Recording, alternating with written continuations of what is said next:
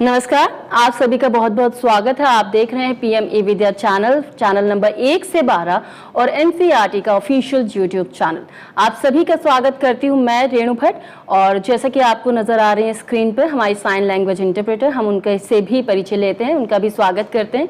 आप हमें स्तुति कुमारी, स्तुति आपका बहुत बहुत स्वागत है।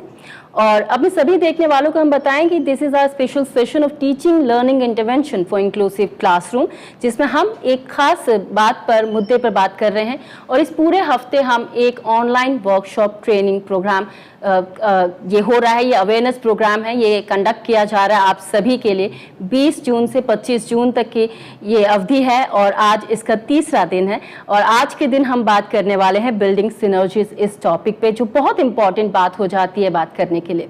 और हम अपने सभी देखने वालों को बता दें कि एक लिंक आपके सामने और आपके साथ शेयर किया जाएगा। आप इस लिंक के थ्रू इस ट्रेनिंग प्रोग्राम में, इस वर्कशॉप के लिए रजिस्टर करवा सकते हैं। हम चाहते हैं कि ज़्यादा से ज़्यादा संख्या में आप इस ट्रेनिंग प्रोग्राम का हिस्सा बने और इस ट्रेनिंग प्रोग्राम को आप सक्सेसफुल बनाएं। और इस लिंक के थ्रू आप कर सकते हैं अपने आप को रजिस्टर, और ये आपको लिंक है। और हम आपको ये भी बता दें कि एक क्विज भी हम आपके लिए कंडक्ट करने वाले हैं। ये last day of this session, यानी कि इस पूरे एक हफ्ते के जो अवेयरनेस कैंपेन, ये ट्रेनिंग प्रोग्राम है, आखिरी दिन यानी कि 25 जून को ओपन किया जाएगा। और 1 जुलाई तक आप उस क्विज के लिए पार्टिसिपेट कर सकते हैं, अपनी एंट्रीज आप भेज सकते हैं। आपको यूट्यूब के डिस्क्रिप्शन पे नजर आएगा वो लिंक पे। आप इन दोनों चीज़ों का ख्याल रखें और ज़्यादा से ज़्यादा बड़ी संख्या में आप हमसे जुड़े, हम बस यही चाहते हैं। तो लेट्स मीट आवर एक्सपर्ट्स। हमारे एक्सपर्ट्स हमारे साथ जुड़ चुके हैं, चलिए उनसे परिचय लेते हैं। आप हैं डॉक्टर श्यामला दलवे, आप कंसल्टेंट है LD from Mumbai. Very warm welcome ma'am. नमस्ते, thank you so much for having me here. और हमारे साथ एक और एक्सपर्ट हैं, हमारे साथ हैं मिसेस नूपुर झुनझुनवाला। मैम आपका भी बहुत बहुत स्वागत है। Thank you, happy to be here. Ma'am हमें भी बहुत खुशी है आप दोनों के साथ हम बने हुए हैं। हम नूपुर मैम के लिए बता दें कि आपके 12 साल का एक एसएलडी बच्चा है, जिसके बारे में और अपने पर्सनल एक्सपीरियंस आप हमारे साथ शेयर करेंगे और we are looking forward for it. और मैम हम अपने सभी देखने वालों को बता दें कि आप किस तरह से इस सेशन में आप पार्टिसिपेट कर सकते हैं। आप हमें कॉल कर सकते हैं, आप हमें ईमेल भी भेज सकते हैं। आप हमें कॉल करेंगे हमारे फ़ोन नंबर पर जो है 8800440559। और आपको अपनी टेलीविज़न स्क्रीन पर नज़र आ रही हैं ईमेल एड्रेसेस, आप इन ईमेल एड्रेसेस के माध्यम से भी हमसे जुड़ सकते हैं। और अगर आप हमसे लाइव स्ट्रीमिंग के थ्रू जुड़े हैं, that means you are on our NCERT official YouTube channel.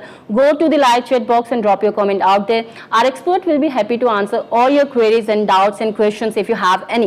और feel free to connect to us. हम चाहते हैं कि बड़ी संख्या में आप अपने सभी सवाल हमारे एक्सपर्ट्स के साथ शेयर करें ताकि आपको अपने सवालों का जवाब मिले। तो डॉक्टर श्यामला मैम, हम आपसे शुरू करेंगे। और जब तक हमारे व्यूअर्स के क्वेश्चंस हमारे पास आते हैं, हम आपसे जानना चाहते हैं कि why we are talking about building synergies ma'am.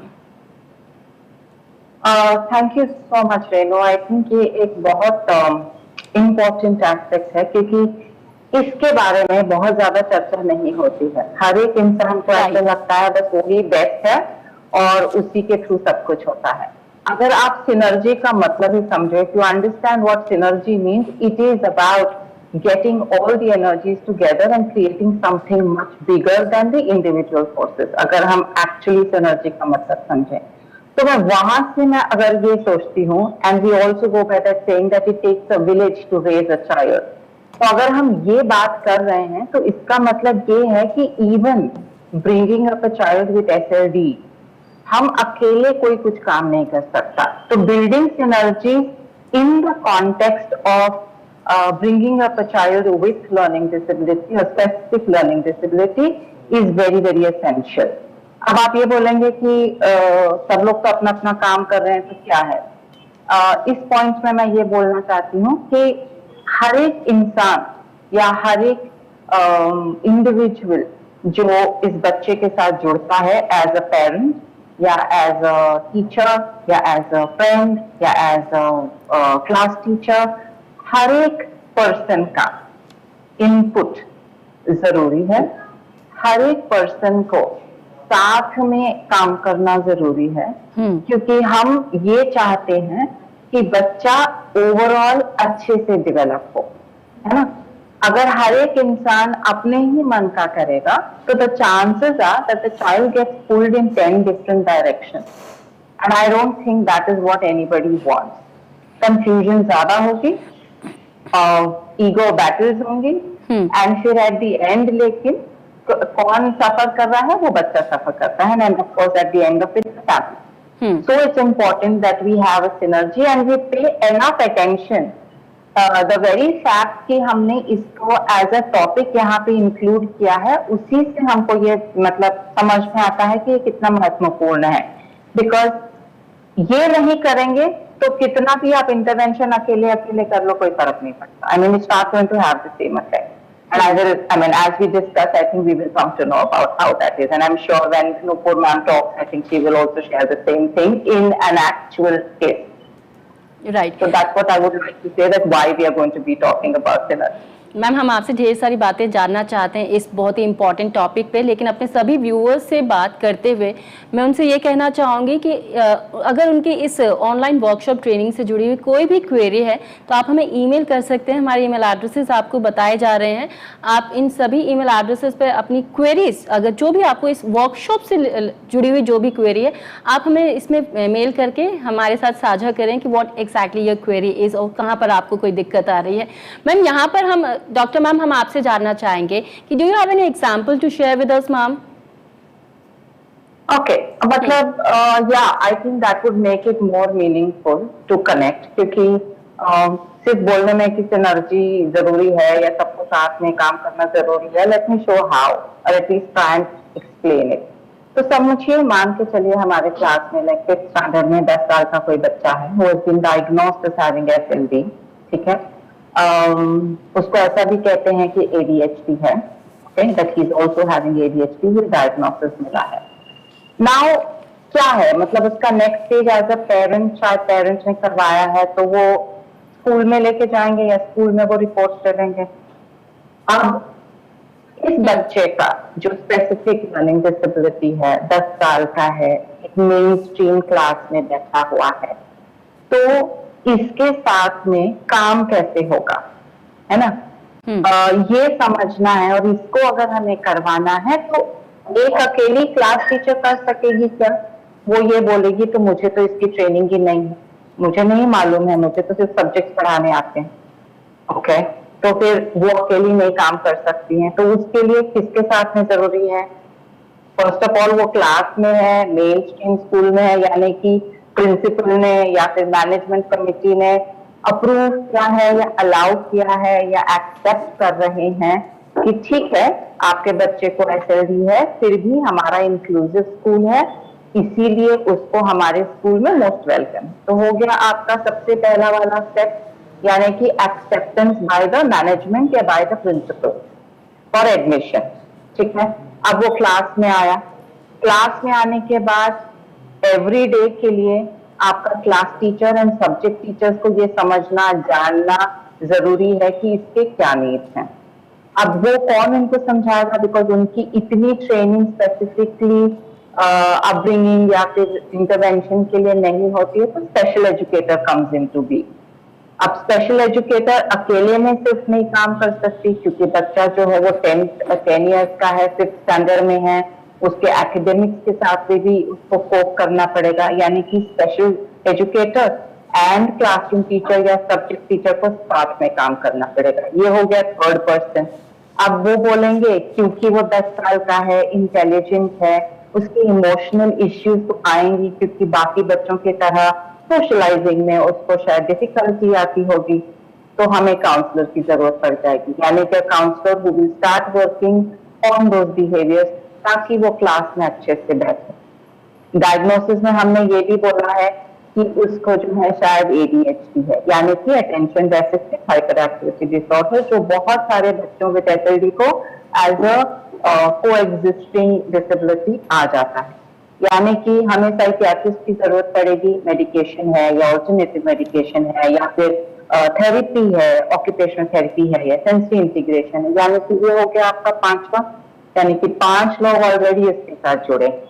अब ये सब के बाद में डेफिनेटली जो पेरेंट्स है घर पे, उसकी भी जरूरत है, क्योंकि हम सब जो काम कर रहे हैं वो पेरेंट्स को भी मालूम होना जरूरी है। तो अगर आप समझे तो ये हो गए 6, यानी कि 6 मिनिमम पीपल हैं जो इस बच्चे को इन्फ्लुएंस करने वाले हैं या इस बच्चे के लर्निंग को इन्फ्लुएंस करने वाले हैं। तो अगर ऐसा सिचुएशन है और हर एक इंसान अपने ही मन से बात काम करेगा जो उसको लगता है सही है, तो what is going to be the end result? The end result is that the child will do well in something and will not do well in something, क्योंकि पता ही नहीं है ना कि कौन क्या है।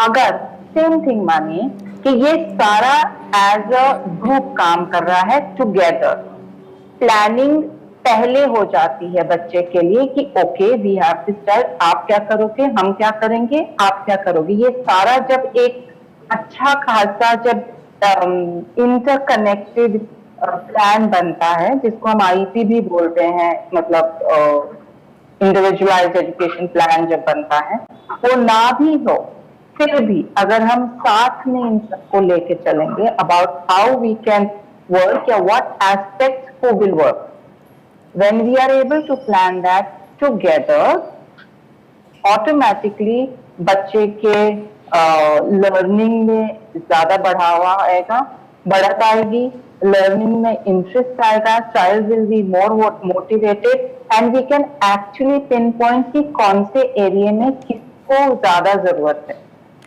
यहाँ पे it is also very important to say कि कोई भी एक एरिया या कोई भी एक एक्सपर्ट दूसरे एक्सपर्ट से ज्यादा है या कम है, ऐसा नहीं है। कोई भी, चाहे वो क्लास टीचर हो, चाहे वो पेरेंट हो या चाहे वो थेरेपिस्ट है, सबका अपना अपना रोल है। कोई भी कम या कोई भी ज्यादा नहीं है। तो अगर ये समझते हुए, बच्चे को सेंटर में रखते हुए ये सारे एज अ वेब उसके अराउंड रहें, तो ऑटोमेटिकली बच्चे की लर्निंग बहुत अच्छे से होती है। एंड ये जितना जल्दी आप स्टार्ट करें, जैसे actually this should begin as soon as the child comes into school और even before when we are planning to get the child in school.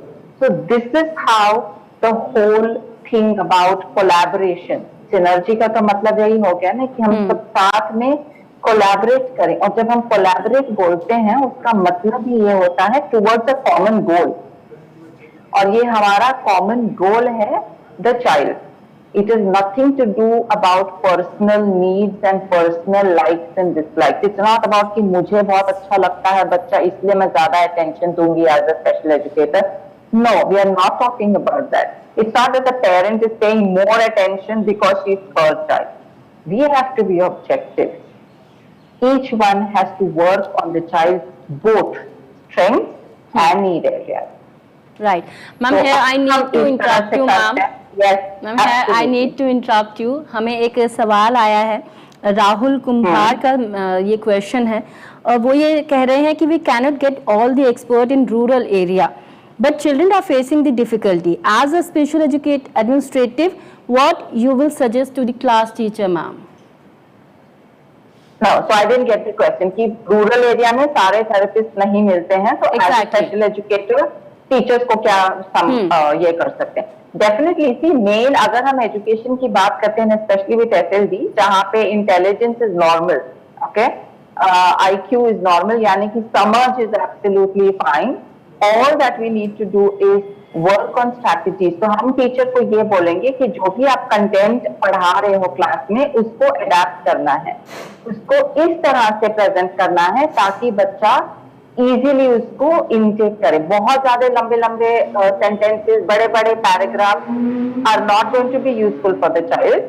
The same content अगर हम पॉइंट्स में दे, हम अगर उनको जिसको राइटिंग प्रॉब्लम है उसको ये बोले कि जस्ट डू एंड यस और नो answers या fill in the blank answers या match the following, so automatically बच्चा will be able to do। या if we allow the child to do oral answers, so automatically the child will be able to do better। Ma'am, नीति बाबा पूछना चाहती हैं, वो आपसे जानना चाहती हैं कि क्या आप कुछ मेन स्ट्रैटेजीज हैं जो एसएलडी बच्चे के साथ कैसे डील किया जाए, आप वो डिस्कस करेंगे? अगर I wish I could just finish की एक ही लाइन में मैं सारा कुछ बता दूं, लेकिन बहुत जरूरी, मतलब I can not tell you exactly how many strategies, because हर एक बच्चे के स्किल सेट्स के ऊपर डिपेंड करता है। लेकिन अगर मैं क्लासरूम की बात करती हूँ, अगर हम यूडीएल जैसा यूज करते हैं जहाँ पे एज ए टीचर हम मल्टीपल वेज में अगर हम प्रेजेंट करें किसी भी कंटेंट को, यानी कि विजुअली, ऑडिटरी, एक्सपीरियंशली, एंड हम बच्चे को अलाउ करें अलग अलग तरीकों से सीखने के लिए, ना कि सेम क्लासरूम की किताब पढ़ के और उसके क्वेश्चन आंसर उसमें वो करके, विजुअल ज्यादा यूज करें, वीडियोस यूज करें, कोई एक्सपेरिमेंट्स करने के लिए दिए, ये सारे हर एक सब्जेक्ट के लिए अगर हम कर सकते हैं तो ऑटोमेटिकली हम बच्चों को अलाउ कर सकते हैं, मतलब बच्चे automatically will be much better in learn. मैं मतलब इन अ शॉर्ट फॉर्म में बस इतना बता सकती हूँ इस मंच पे।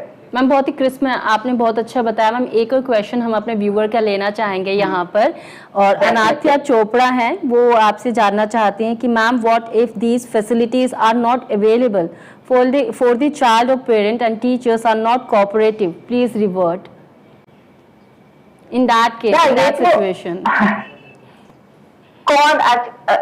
क्यों हम लोग नहीं बोलते हैं या क्यों कोऑपरेटिव नहीं रहते हैं? नॉर्मली मैं आप यहाँ पे मतलब इस फील्ड में 30 साल से हूँ, रूरल एरियाज में काम करके, स्टेट बोर्ड में काम करके, तो I know large numbers, I know teachers. Normally teachers नहीं बोलते हैं क्योंकि उनको मालूम नहीं रहता है कि करना क्या है। तो आप सिर्फ बच्चे को क्लास में ले आए और बोले कि इसको करो विदाउट एनी ट्रेनिंग या विदाउट एनी सपोर्ट, तो सबसे पहले कि यार ये मुझे नहीं मालूम क्या करना है। लेकिन जैसे मैंने इससे पहले ये बोला था कि अगर हम यूडीएल अप्रोच यूज करते हैं जहां पे हम ये कह रहे हैं कि universal design for learning for all, यानी कि मैं जो भी चेंजेस ला रही हूँ क्लास में वो हर बच्चे को बेनिफिट करने वाला है, तो ऑटोमेटिकली टीचर्स का जो एक्सेप्टेंस है वो बढ़ जाएगा। तो पहले रिलक्टेंस इसलिए भी होता है फ्रॉम पेरेंट्स साइड, वो इसलिए है कि कोई भी ये नहीं जानना चाहता अपने बच्चे के बारे में कि उसका there is a problem. It's not easy ना, किसी भी पेरेंट को जाके बोल दो आपका बच्चे को कोई डिसेबिलिटी है, you think that's an easy thing? Not at all, not at all. So the first thing will be, no, my child is absolutely fine, you are a problem. That is what the parent is going to say. तो अगर हम ये जानते हुए या ये रखते हुए मन में हम ये ऐसी चीजें बताएं टीचर को जो टीचर बाकी बच्चों के साथ में इस बच्चे के लिए भी जो बेनिफिट होगा, ऐसे स्ट्रैटेजीज हम यूज करें तो एक्सेप्टेंस लेवल बढ़ेगी। एंड जब वो देखेंगे कि there are positive changes in this child also, वो खुद ही आके बोलेंगे यार इसमें तो ये चेंजेस हैं, शायद आई कैन ट्राई मोर। तो इंस्टेड ऑफ पिन पॉइंटिंग कि इस बच्चे को यही चाहिए, अब मैं आई डोंट नो आपको अलग ट्रेनिंग चाहिए, उससे अच्छा अगर हम ये बोलें कि ये जो भी मैं आपको सिखा रही हूँ ये सब बच्चों को यूजफुल रहेगा, तो trust me that all teachers will try and accept. Ma'am ऐसे कुछ राइट, ऐसे कुछ प्रीति यादव का भी सवाल है, वो आपसे ये जानना चाहते हैं कि all those who resides in urban area, जो अर्बन एरिया में रहते हैं उनको तो ये सारी टेक्निक स्कूल में मिल जाती हैं, लेकिन जो विलेज स्कूल है जहाँ पे पेरेंट्स को इस डिसेबिलिटी के बारे में नॉलेज ही नहीं है, तो वो क्या करें मैम? कोई बात नहीं, डिसेबिलिटी का सर्टिफिकेट या डिसेबिलिटी का ठप्पा की जरूरत नहीं है। Bring changes in the teaching. अगर हम टीचिंग लर्निंग प्रोसेस में, क्योंकि देखो अगर हम एसएलडी की बात करें स्पेसिफिकली, तो हम ये नहीं कह रहे कि कुछ अलग सा ही कुछ उनके लिए पढ़ाना, उनको भी तो कंटेंट ही पढ़ाना है ना, उनको भी तो करिकुलम ही करवाना है। हम बस ये कह रहे हैं कि उसी करिकुलम को थोड़े से अलग तरीके से पढ़ा लो, थोड़ा सा सिंप्लीफाई कर दो, थोड़ा कम कंटेंट में करा दो, तो बच्चों को बेनिफिट होगा। अर्बन, हाँ मतलब इतना इन अ विलेज स्कूल वैसे भी number of children are less. हमारे स्टेट स्कूल्स में तो 60 के ऊपर रहते हैं, जैसे एटलीस्ट इन महाराष्ट्र, तो उसके हिसाब से तो विलेज स्कूल्स में कम बच्चे होंगे, वहां पे सपोर्ट ज्यादा है, रेडीनेस ज्यादा है। बस आपको इतनी छोटी छोटी चीजें बतानी है कि ये कर लो। बच्चे को जो है पूरा आंसर मत लिखने दो, उनको शॉर्ट में लिखने के लिए अलाउ कर दो। उसको जो है किसी और को हेल्प करने दो, उसको बुक कंप्लीट करने के लिए, ओरली आंसर करने के लिए दे दो, तो ऑटोमेटिकली ये करने से बच्चे का लर्निंग बेटर हो जाता है। अगर रीड नहीं कर पा रहा है तो उसको जो कोई और पढ़ के सुना देगा। हाँ, शहर में ये होगा कि ऑडियो आप उसको दे दो, तो वहां पे वो पॉसिबिलिटी नहीं है, तो use another child and ask the child to read it to him. It's simple. अगर डिसेबिलिटी का आप साइड में रखें और ये समझें कि किसी बच्चे को, कोई भी बच्चा आपके क्लास में उसको नहीं जम रहा है, उससे नहीं हो रहा है, तो आप एज ए शिक्षक क्या करेंगे, एज ए टीचर आप क्या करो? वो स्ट्रैटेजीज यूज करो पहले, तो begin with that, right. And कई बार हाँ it will start working well. Okay fine ma'am. Ma'am एक और क्वेश्चन हम आपसे लेंगे, देन हम नूपुर मैम की तरफ जाएंगे। आर्यनाथ है जो आपसे जानना चाहते हैं, through which test and assessments can we make out the child has SLD ma'am? There are many tests. There is something called DTLD, Diagnostic Test for Learning Disability, which is DTRD है, Diagnostic Tool for Reading Disability. तो है तो बहुत सारे, लेकिन I would suggest as teachers, है ना, diagnosis में मत पढ़िए, इंटरवेंशन में स्टार्ट करिए। Okay. डायग्नोसिस का तो वो is not really the focus for a teacher. Sorry, the focus for a teacher is how do I help this child. So if the child is not able to read, start thinking about what I will do to help him read. That's all. Right. तो ma'am अब हम Nupur ma'am की तरफ चलते हैं। Nupur ma'am अब हम आपसे जानना चाहेंगे कि as a being a parent आपके सामने आपने क्या क्या इंटरवेंशन यूज़ किए और क्या क्या चैलेंजेस आपको आए, हम आपसे जानना चाहेंगे मैम। Thank you. आज श्यामला जी ने काफी कुछ हम लोग को ऑलरेडी बता दिया है। आई थिंक इसमें मैं एक दो चीजें और ऐड करूंगी कि जो हमारा सिनर्जीज है बच्चों के लिए, तो क्लास टीचर्स के साथ क्लास में जो बच्चे होते हैं, उनके दोस्त जो होते हैं, वो they play a very very critical role in how they support. अगर आप बच्चों को साथ में लेकर ना चलेंगे, उनके दोस्तों को लेकर ना चलोगे, तो ये बच्चे बुली बहुत होते हैं और इनको बेवकूफ कराकर साइड में किया जाता है, इनका मजाक बनाया जाता है क्लास में। और यही चीज अगर आप बच्चों को समझाकर दोस्ती में साथ में लेकर जाएंगे कि एक बच्चा चश्मा पहनता है, एक बच्चा बदमाशी करता है, एक बच्चा पढ़ नहीं सकता है, यू नॉर्मलाइज इट कि हर बच्चे की एक स्ट्रेंथ होती है, हर वीकनेस होती है, तो बच्चे एक साथ काम शुरू से करते हैं। नित्या, मेरी बेटी के दोस्त have played a critical role not only in supporting her in the classroom but also helping teachers कि टीचर्स कैसे अपने बच्चे को सपोर्ट कर सकती है। तो जब ये होमवर्क नहीं करती है तो एक friend will stand up and say but madam she tried. Hello hello Nupur ma'am, आपको हमारी आवाज आ रही है? Are we audible to you? Hello, हम लोग हमारी फैमिली। मैम आपको मेरी आवाज आ रही है? हेलो नूपुर भी हम लोग की आई वाज सेइंग कि बच्चों के स्टूडेंट्स के अलावा जो क्लास में होते, घर में फैमिली भी प्लेज अ बिग रोल। कई बार बड़े एंड अंकल आंटी और नेबर को समझ में नहीं आता है कि आपका बच्चा उस लेवल पे काम क्यों नहीं कर पा रहा है, तो बोलेगा अरे बट मेरा बेटा तो हैरी पॉटर पढ़ लिया, मेरे बेटे ने तो ये किताब पढ़ ली, आपका बेटा तो कुछ भी नहीं कर सकता।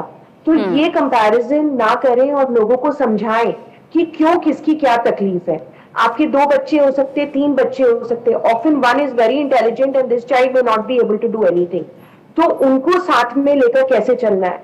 हमारी फैमिली में डिसलेक्सिया रन करता है, जैसे most family it is a hereditary, तो सारी फैमिलीज में रन करता है, but there is a resistance कि मेरी फैमिली प्योर है, हमारे जीन्स में प्रॉब्लम नहीं है, क्या अनाप शनाप बातें कर रही है तुम्हारी टीचर, स्कूल बदली करो। This is not true. आज ये बात समझिए कि दुनिया में कोई भी आविष्कार अगर हुआ है वो डिसलेक्सिक माइंड ने किया है, तो ये बच्चों की स्ट्रेंथ होती है, ये अलग तरीके से सीखते हैं।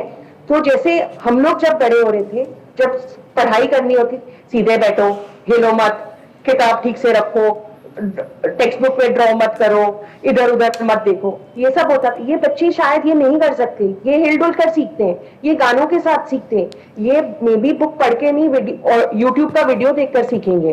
तो you have to teach them the way they want. ये तो हुई पढ़ाई की बात। दूसरी बहुत जरूरी चीज है जिसमें सिनर्जीज चाहिए कि एक बच्चा जीता कैसे है। This is not just about reading in school, it is also about how a child's executive function lives. They cannot tell time often. उनको मे बी वो टाइम देख सकते कि 5 बज गए, बट आप उनको अगर बोलोगे कि आधे घंटे में ये काम खत्म करो, आधी घंटा क्या होता है इनको समझ में नहीं आता है। इनको डिस्टेंस नहीं समझ में आ रहा है, लाइन में बच्चे चल रहे जाकर वो आगे बढ़ गए, क्योंकि उनको समझ में ही नहीं आया उन्हें रुकना कब है, बॉल नहीं पकड़ सकेंगे। तो ये सब चीजें भी होती है executive function. May be shirt pant नहीं पहन सके, जूतों का लेस नहीं बांध सके, आप वो हर चीज भूल जाते हैं। होमवर्क ड्यू है उन्हें डेट ही नहीं समझ में आई, आप उनको बोल रहे हो यहाँ से जाकर, जैसे आप बनिए के पास गए, आपके किनारे की दुकान पे गए, आपने कुछ खरीदा, इन बच्चों को पैसे दिए, इनको समझ में नहीं आया मैंने 100 रुपया दिया, मेरे को 50 रुपए वापस लेने। ये सब चीजें एवरीडे लाइफ में भी प्रॉब्लम होती है। तो आपको इनको इन सब चीजों में भी सपोर्ट करना है, इसमें सबको साथ लेकर चलना है। मेरी स्ट्रेटेजी ये हमेशा रही है कि मैं टीचर्स के साथ खुलेआम बात करती हूँ। या तो पेरेंट डरता है टीचर से तो कुछ बोलता नहीं है, या झगड़ता है टीचर से कि इसने मेरे बच्चे पर ध्यान नहीं दिया। Eight the end of the day हम दोनों एक टीम है, और जब साथ में चलेंगे एक साथ, कभी वो गलती करेंगे कभी हम गलती करेंगे, eight the end of the day आपके बच्चे के बारे में। और इस सिनर्जी का जो बीच का सेंटर है वो आपका बच्चा है। ये मत भूलिएगा कि मेरे को लगता है तुम पढ़ सकते हो, टीचर को लगता है वीडियो देख सकते हो, चौथे को लगता है थोड़ा सा सुनेगा तो करेगा। ये जो आपका बच्चा आपको कह रहा है सुनिए। अगर वो कह रहा है कि मैं पढ़ रहा हूं, मेरा सर दुख रहा है, मेरे से और पढ़ा नहीं जा रहा है, उसका विश्वास करिए। अगर वो कह रहा है कि मेरी टीचर मेरे को क्लास में नहीं, जो भी कह रही है अच्छे से समझाती है बट मुझे समझ में नहीं आ रहा है, सुनिए एंड देन कम्युनिकेट विथ वो आपको सपोर्ट कर सके। और लास्ट चीज ये है कि ये बच्चों के लिए हर चीज करने में इनको टाइम लगता है। तो अगर आपने होमवर्क दिया और में खत्म होना रहेगा, ये बच्चे शायद 15 मिनट में खत्म करेंगे या 30 मिनट में खत्म करेंगे। इससे हम लोग ये कहते हैं खेलने मत जाओ, एक्स्ट्रा करिकुलर क्लास मत करो, डांस मत सीखो, पिक्चर मत देखो, बाहर नहीं लेकर जाओ। ये सब पनिशमेंट इन लोग के लिए नहीं चलेगा। आप ये सोचिए कि अगर आपके घर में किसी बच्चे को चश्मा था और आप एक बच्चे को कहोगे चश्मे के बगैर पढ़ाई करो, चश्मे के बगैर आगे जाओ, वो बच्चा नहीं कर पाएगा। वैसे ही ये बच्चे नहीं कर पाते। जब आप ये समझ लेंगे, and that's when you work with the team with an open communication, that's when it helps. Friends are very very important in school. Okay, एक दोस्त ना हो उसमें, तो इस चीजों पर कॉन्सेंट्रेट करिए। Right, very well said. और मैम यहाँ पर आपकी बातें मुझे लगता है कि हमारे जितने भी व्यूवर्स हैं उनको पेरेंट पर्सपेक्टिव के हिसाब से पसंद आएंगे और उनको काफ़ी कुछ पता चलेगा। और डॉक्टर श्यामला मैम, हम आपकी तरफ दोबारा आते हैं। हमारा एक क्वेश्चन था आपसे, समय हमारे पास बहुत कम है, we are running very short of time right now, but still ये क्वेश्चन बहुत इंपॉर्टेंट हो जाता है। जैसे हम सिनर्जीज की हायर क्लासेस के लिए बात करना चाह रहे थे आपसे, और बहुत सारे हमें कमेंट्स और क्वेश्चंस भी इसी से मिलते जुलते मिले हैं। एक मैं आपके साथ क्वेश्चन शेयर कर रही हूँ मैम। अवनीत का मैसेज है ये आपके लिए कि we can teach them the way they learn, but what about assessment? If a child isn't able to write well, how would they face exams? Our exam structure is all written. और ma'am ढेर सारे messages हमें सिर्फ इससे जुड़े हुए आए हैं कि एग्जाम्स के क्या होगा, specifically board exams. Ma'am Shyamala ma'am, I'm on mute. Yeah, sorry, I was on mute. I think बहुत relevant question पूछा है। सिनर्जीज की बात करते हैं तो सिनर्जी थ्रू आउट रहनी चाहिए। ये जैसे नुपुर मैम ने अभी कहा था, इट इज नॉट कि एक चीज अभी है बाद में नहीं है, entire duration of their learning process ये जरूरत है। एग्जाम सिर्फ हम बोर्ड एग्जाम की बात करेंगे क्योंकि टिल देन उसके मतलब 8 तक और 9 तक तो स्कूल के एग्जाम्स हैं। स्कूल के एग्जाम्स के लिए हम लोग कोई भी एडेप्टेशन करे तो कोई इश्यू नहीं आती है, लेकिन डेफिनेटली मोस्ट स्कूल्स का वरी ये होता है कि 5वीं के बाद में बोर्ड की तैयारी होने लगती है धीरे धीरे। तो मैं ये बताना बहुत जरूरी समझूंगी कि हमारे बोर्ड, चाहे वो सीबीएसई हो क्योंकि आई थिंक वो मेजॉरिटी नॉर्थ में है, या स्टेट बोर्ड है जैसे हमारा महाराष्ट्र का है, हर एक बोर्ड जो है हर एक डिसेबिलिटी के लिए कंसेशन देता है। उसका क्या, अगर मैं सिर्फ एसएलडी की बात करूंगी तो उनको राइटर मिलता है, यानी कि अगर बच्चे से हम अगर बच्चा ओरली ठीक से बात करता है और एक्सप्लेन कर पाता है, लिखने में दिक्कत है, तो उसको एक राइटर अलाउड है। ऑफकोर्स वो राइटर एक क्लास छोटे से लिया जाना होता है, मतलब 10वीं का है तो 9th का राइटर चुनते हैं। एक वो है, एक्स्ट्रा टाइम मिलता है। ऐसा नहीं है कि बच्चे को उसी टाइम में, जैसे अनुपम मैम बोल रहे थे कि टाइम लगाते हैं बच्चे, तो उनको एक्स्ट्रा टाइम मिलता है, उनको जो है सब्जेक्ट सिलेक्शन में चॉइसेस है। ओके, तो इतनी सारी options already 10th and 12th and college में है, तो हमें ये कंसेशन पहले भी अगर देने की जरूरत पड़ी तो वी शुड डू इट, क्योंकि अगर हम पहले से ये कंसेशन नहीं देंगे तो 10वीं तक पहुंचेंगे कैसे? कई स्कूल ने मुझे बोला 10वीं में हम कंसेशन देंगे, लेकिन 10वीं में कंसेशन देने के लिए 5th से उसको, मतलब प्राइमरी तो हो जाता है, लेकिन 5th से उनको जो है सपोर्ट करना जरूरी है। तो कंसेशन अवेलेबल है, तो please go ahead, read up. हर एक सीबीएसई की वेबसाइट पे सारे कंसेशन दिए हुए हैं, उसको ध्यान से देखिए, वो सब बच्चों के लिए है, अवेल कर सकते हैं। जैसे जैसे बच्चे बड़े होते हैं, डेफिनेटली पीयर ग्रुप का रोल बहुत इंपॉर्टेंट हो जाता है, क्योंकि एडोलेसेंस है, चेंजेस हैं, फ्रेंड्स के थ्रू वो सपोर्ट आता है तो बहुत ठीक रहता है। एंड बोर्ड की तरफ से कंसेशन है, तो please go ahead and give whatever support is required, because at the end of the day, as we all are saying, the child has to learn, no matter in what form, no matter how. But every child can learn and should be given those opportunities to learn. That's it, and support to learn. I think I will end with that. Yes ma'am, very well said. और बिल्कुल सही बात पर आपने and किए। Session और समय हमें बिल्कुल इजाज़त नहीं दे रहा है कि हम इस सेशन को आगे बढ़ाएं, लेकिन हम अपने दोनों एक्सपर्ट डॉक्टर श्यामला मैम और नूपुर मैम, आप दोनों को बहुत बहुत धन्यवाद करते हैं। Thank you so much for being with us. Thank you ma'am. और आपने सभी यस मैम, और बहुत सारे मैसेजेस हमें आए, जिसे अभी इस वक्त लेना तो पॉसिबल नहीं है, लेकिन हम अपने सभी व्यूवर्स को थैंक यू कहते हैं और हम चाहते हैं कि आप हमारे साथ थ्रू आउट द वीक रहें, और जितने भी हम टॉपिक्स आपके लिए लेकर आ रहे हैं ये सिर्फ आपके लिए हैं, तो आप इनका हिस्सा ज़रूर बने। कल का टॉपिक हमारा रहेगा लर्निंग डिसेबिलिटी इंक्लूजन। आप भी इस सेशन में 12 बजे ज़रूर जुड़ें। और एक बार फिर से अपने सभी देखने वालों को हम बता दें कि हम ये 20 से 25 जून तक ये ऑनलाइन वर्कशॉप ट्रेनिंग प्रोग्राम है और एजुकेशनल एंड अवेयरनेस ये ट्रेनिंग प्रोग्राम है, और ज़्यादा से ज़्यादा संख्या में आप जुड़े हमसे, और एक क्विज़ हम कंडक्ट करवाएंगे 25 जून को। आप इसका हिस्सा बन सकते हैं। एक लिंक आपको दिखाई दे रहा है अपनी टेलीविज़न स्क्रीन पर, और यूट्यूब के डिस्क्रिप्शन बॉक्स में भी आपको एक लिंक नज़र आएगा। आप इस लिंक के माध्यम से रजिस्टर कर सकते हैं इस वर्कशॉप में, और क्विज़ पे आप ज़रूर पार्टिसिपेट करें। और अभी फ़िलहाल मुझे रेणु भट्ट को दीजिए इजाज़त, लेकिन जाने से पहले हम अपनी साइन लैंग्वेज इंटरप्रेटर स्तुति आपको भी बहुत बहुत धन्यवाद करते हैं। Thank you so very much. और अभी रेणु भट्ट यानी कि मैं ले लेती हूँ आप सभी से इजाज़त, बट आप बने रहिए पीएम ए विद्या चैनल और एनसीईआरटी ऑफिशियल यूट्यूब चैनल पर। नमस्कार।